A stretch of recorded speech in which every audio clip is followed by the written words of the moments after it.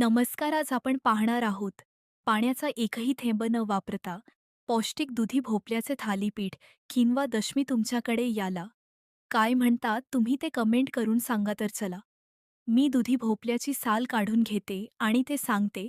किसल्यानंतर बघा ते असं दिसतंय आणि त्यातला आपल्याला पाणी काढायचं एवढं लक्षात ठेवायचं.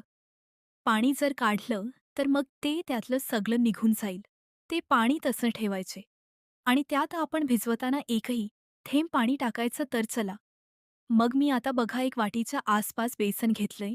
तेवढेच मी बाजरीचे पीठ घेतले, तेवढेच मी तांदळाचे पीठ घेतले आणि 1 वाटी गव्हाचे पीठ घेतले.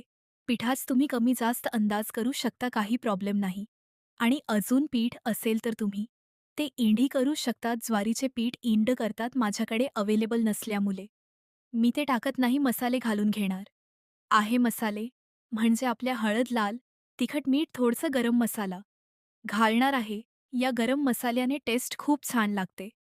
एकदा तुम्ही ट्राय करा. थोडा तुमच्याकडे जोही मसाला असेल तो तुम्ही टाका, थोडा असा छान लागतो. त्यानंतर आपण त्याच्यामध्ये टाकणारी जिरे, थोडी बडीशेप, थोडासा ओवा आणि कसुरी मेथी टाकणार आहे. त्यामुळे मी थोडी कसुरी मेथी टाकणार आहे आणि त्यानंतर मग थोडंसं तेल टाकणार आहे आणि हे चांगलं पण मिक्स करून घ्या. तुमच्याकडे असेल तर तुम्ही तीळ घालू शकतात, खूप छान लागतात. किंवा मग तुम्ही कांदाही घालू शकतात. टेस्टला छानच होणार आहे. तर चला, मग आता मी हे पाणी न वापरता हे सगळं भिजवून घेणार आहे.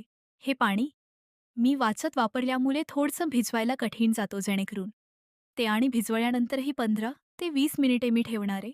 तुमच्याकडे जास्त वेळ असेल तर तुम्ही आडवे 1 तास पण ठेवा, छानच होतात, काहीच प्रॉब्लेम नाही.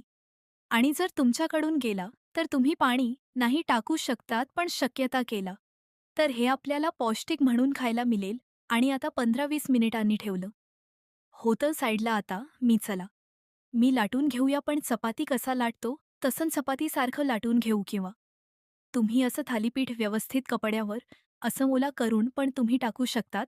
ते पण खूप छान, कधी गरम गरम खायला छान लागतात. हे आता टिफिनला देणारच नाही करणार आहेत तर बघा सर, चपाती सारखा मी लाटून घेतलाय आणि त्याला मी असे होल करणारे, जेणेकरून ते भाजताना छानपैकी सगळीकडे भाजले गेले आहेत, सगळीकडे सारख होईल. त्यामुळे मी थोडंसं तेल टाकून मस्तपैकी भाजून घेणार आहे. तुम्हाला बटर घालायचे, तुम्ही बटर घालू शकता, छान लागेल. तर सगळे मी असे बघा भाजून घेते, सगळे करून घेतले. त्याच्याबरोबर तुम्ही दही खाऊ शकतात.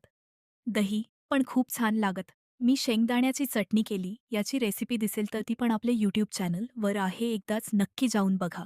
त्याच्याबरोबर मी लोणचं सर्व्ह करणार याच्याबरोबर, किंवा मी ग्रीन चटणी बरोबर पण खाऊ शकतात, खूप छान लागते. तर असं हे आपलं हे खमंग दुधी भोपळ्याचे पौष्टिक थालीपीठ कशी वाटली?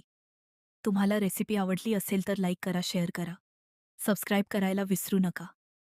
आणि रेसिपी तुम्हाला कुठली बघायला आवडेल ते मला कमेंट करून नक्की सांगा. चला, भेटूया पुढच्या व्हिडिओमध्ये. तोपर्यंत बाय, धन्यवाद.